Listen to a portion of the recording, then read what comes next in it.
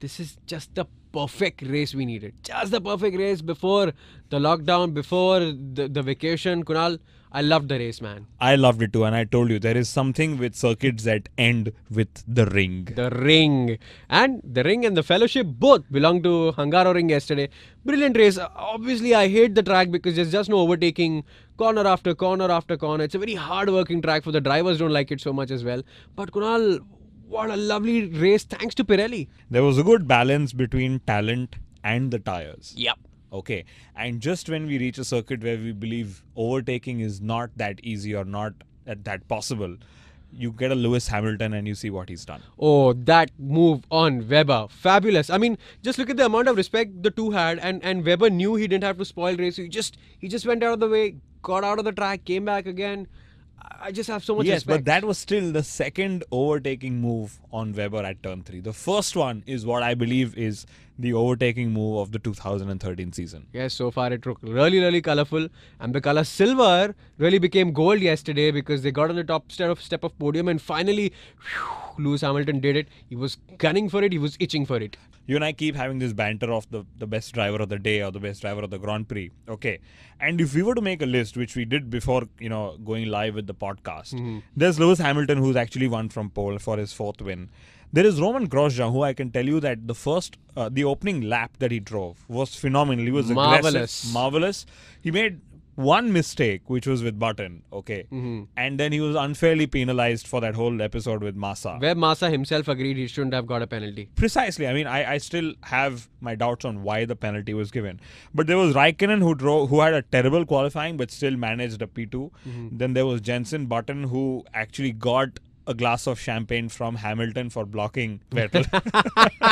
I'm sure of that. Yeah, and then there was Mark Webber, who without curse started P10 and finished just 5.5 seconds behind Vettel.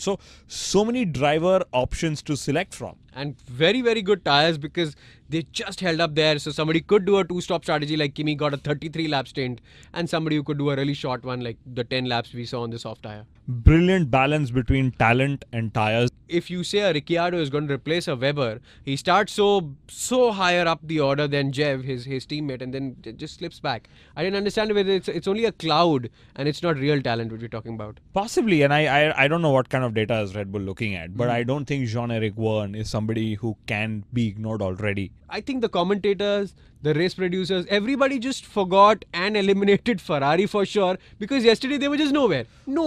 Yeah, I mean, it's again a very surprising weekend, and like Alonso said, that they put all the pressure back on themselves for the summer. They started P5, they ended P5, they barely looked to be challenging anyone but themselves. Yeah, and if I want to come back to Grosjean and ask you, would you think he would be driving for Lotus next year? Because frankly, suddenly Lotus may have 2 seats available, not only one. It looks possible, and I mean, unless Grosjean performs the way he performed at the Hungaroring Qualifying. Second half of the season. Yes.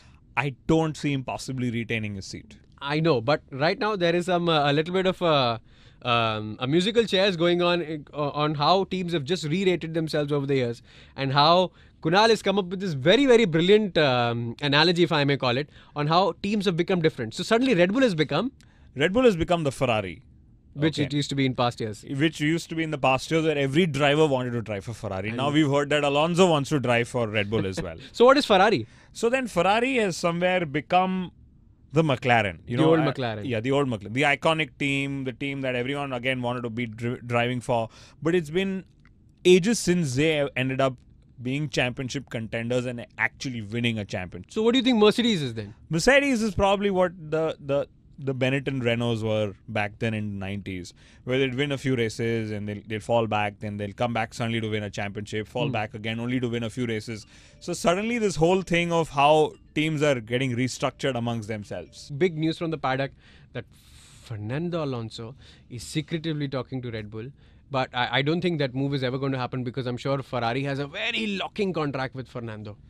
Yes, but having said that, it's just a contract, and a contract is a piece of paper. Okay. Somewhere I have a feeling, and I don't blame Alonso, but he's been waiting for a championship winning car since 2010, 11, 12, and now 13. It's been 4 years. He's not getting any younger. Okay. While he's still the complete man when it comes to driving in Formula 1, he's still not won as many championships as one would expect him to. Correct. And if everything goes as per plan, Vettel, who's younger than him, has spent lesser time in Formula 1 than him, will have twice the number of championships than Alonso. And I guess Vettel annoyingly deserves it as well because he's worked hard. He's worked hard. He's really good at developing the car. He's the new age Schumacher, and he's a great qualifier as well. So everything just plays in his favor. Perfect package, no doubt. Perfect package, no doubt. Little irritating with the media though at times. Not a lot of fun news for the Indian fans. The Indian GP under a little bit of threat. The sword hanging over the neck. As much as you and I rejoiced about the A1 ring coming back next year with the Austrian Grand Prix, it suddenly seems like to accommodate 20 races on the calendar. Okay. Bernie Ecclestone has hinted that he's probably going to drop the Indian Grand Prix next year. That's such a pity. I mean, Indian fans don't get anyways of a hurrah of Formula 1, and whatever little comes to our plate is going to be taken away from us.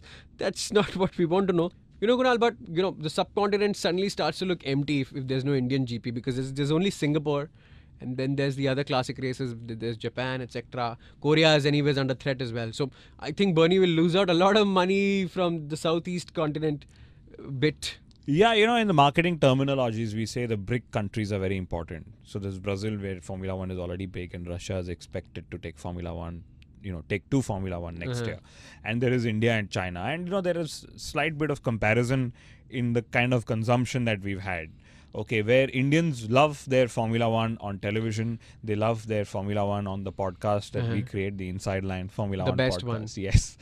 But they're not the types to actually go out and spend money and thousands of rupees to go and watch a Formula 1 race live.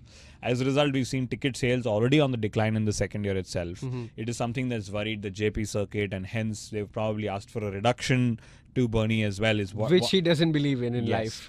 And also the other thing is that when Jaypee signed the contract, the dollar value was around 45, 47, as opposed to now the contract being at 60, 62.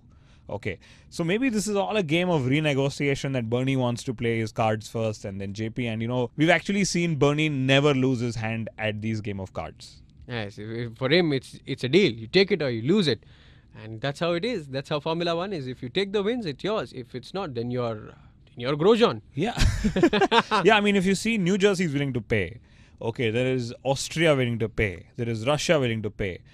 Suddenly he's found 3 circuits at the cost of 1. So any businessman would probably make the switch. Well, a businessman is going to make a switch. You cannot switch from the Inside Line F1.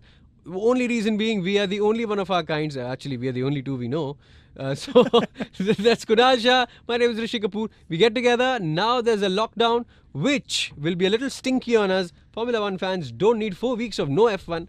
Kunal, lockdown, which means you cannot actually develop a car, no aerodynamic testing, no wind tunnels, but who keeps a check on people? I mean, Formula 1 is the biggest cheats. Luckily, it's just lockdown is a period when F1 teams actually believe and trust each other. Okay, so there is no policing, there is nothing that the FIA does. It's a voluntary decision that the teams have made. Okay, and hopefully nobody will be in the breach of this decision that they've made for each other. But you can't stop people from thinking, can you, on a drawing board? Precisely. Much like we can't be stopped from recording the Inside Line F1 podcast. And so we'll be seeing you next week as well. My name is Rishi Kapoor, Kunal Shah, and I am bowing out from this week's Inside Line F1. Hungaroring was too good. Next up, Spa. We'll be talking about it a little more in detail in the upcoming weeks.